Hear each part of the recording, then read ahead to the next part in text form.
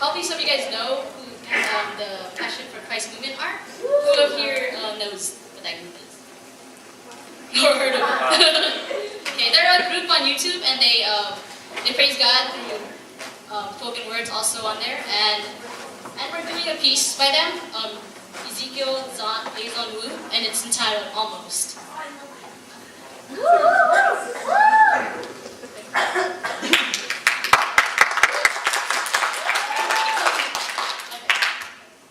One of the most dangerous terms in English diction. If it could be translated into audio, it would sound like from the saxophone of Lisa Simpson. Two words designed and strategically combined to form the biggest oxymoron in the history of mankind. Almost.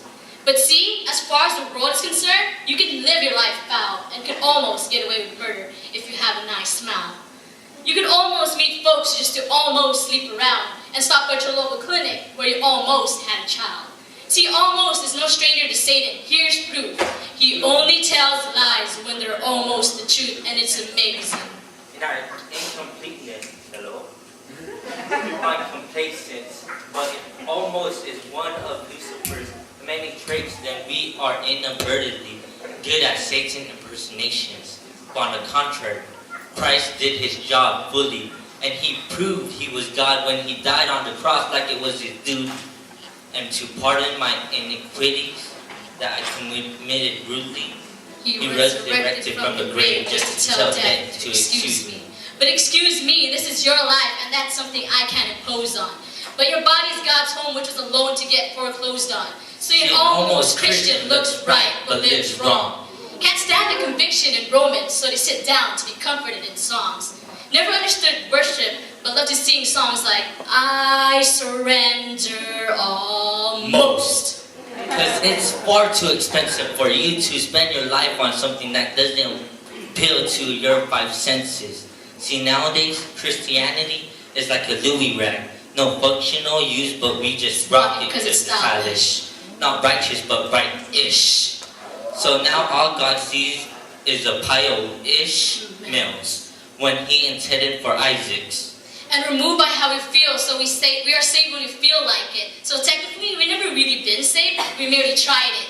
So no wonder why we're never sold out after we buy it. Now, let me break it down, because you need to be aware that your life can lack the very standards that need to be there. Because on that final day of judgment, while God's receiving his heir, will he say, son, well done, or medium rare?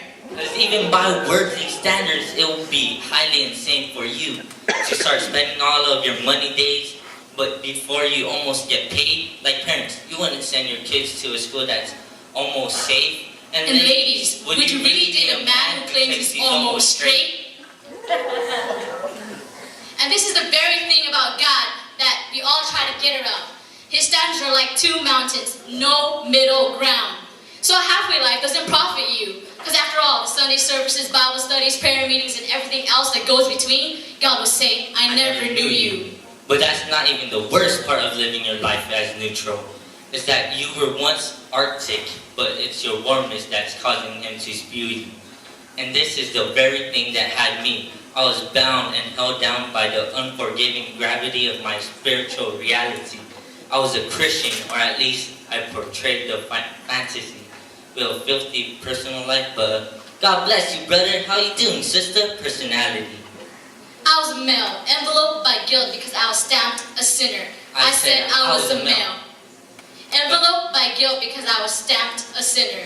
My message couldn't be received because I didn't represent the sender, yet I was almost delivered. So one day, I totally, absolutely, and completely surrendered. I took heed to a modern prophet who could proclaim those time for change.